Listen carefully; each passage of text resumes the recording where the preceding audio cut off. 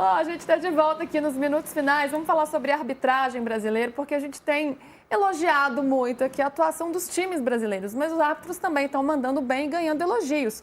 O Ramon Abate-Abel e o Ítalo Pereira Sampaio, os dois já apitaram 2 jogos, especialmente o Ramon Abate-Abel, que fez o jogo do Real Madrid contra o Pachuca.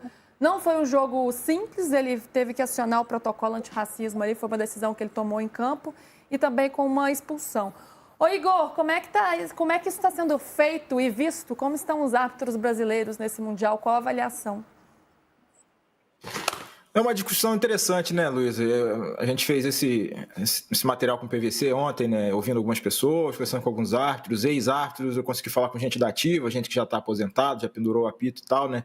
Essa imagem que se tem aqui no Brasil e essa percepção acaba sendo absorvida pelos próprios árbitros, isso é o que a gente conseguiu confirmar na apuração, né? Eles sabem que esse questionamento acontece, de porque esses caras parecem que lá fora apitam melhor ou mais tranquilos do que nas nossas competições domésticas aqui, né? E eles admitem que o ambiente para eles é mais favorável lá fora do que aqui dentro. Então, eles entendem, isso a gente conta na matéria, que o fato externo influencia muito aqui, né? Externo que eu digo ao redor do árbitro, né? Fator, não que ele esteja distante dessa influência, mas é uma influência muito próxima de jogadores, de clubes, de imprensa, de contexto, tudo muito próximo ali.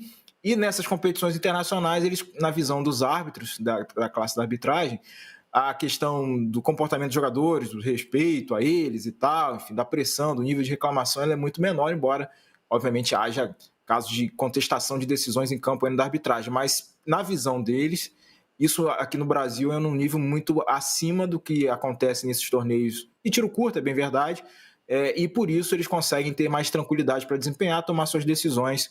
Pode até cometer algum erro, mas o nível de tensão em torno da atuação deles, o escrutínio em relação a... Não vamos ficar aqui falando 2 horas sobre a decisão do cara, se está roubando, prejudicando A, B, C ou D, enfim, etc.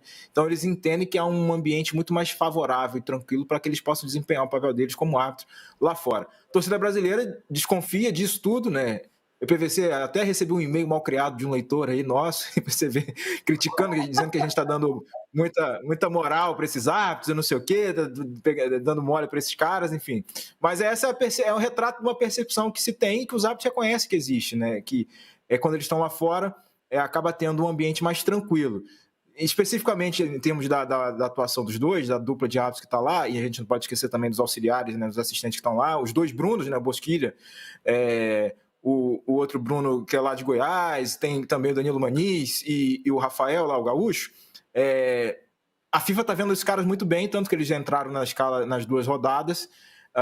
Os árbitros brasileiros, inclusive, foram usados como exemplo antes do início da competição, como árbitros que já estão acostumados com aquele protocolo que a FIFA está implantando mundialmente, né? E a Europa vai absorver agora a partir do início da nova temporada em relação aos 8 segundos da posse de bola do goleiro. Então, as coisas aqui no Brasil não são tão mal vistas lá fora quando a gente pensa ou a gente imagina, né? Então, os árbitros são brasileiros, nesse caso do Wilton do Abate, também são bem vistos e estão num caminho interessante para que sejam confirmados na Copa do Mundo 2026 no ano que vem. É isso, né? Diz muito sobre o nosso cenário, né? Como é o nosso ambiente aqui no futebol brasileiro. Hernanzito, estamos chegando ao fim. Chegando ao fim é o seguinte também, né? Você está no Mundial, onde você tem jogadores que não ficam fazendo bolinho, não tem um treinador que fica ali falando quando o cara está lá na cabine do VAR vendo. E não tem a segunda-feira para o chefe da comissão de arbitragem receber reclamação e botar na geladeira, né?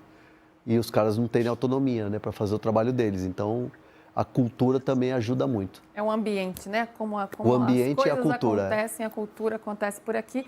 E aí, quando tudo está mais organizado, o trabalho é facilitado também.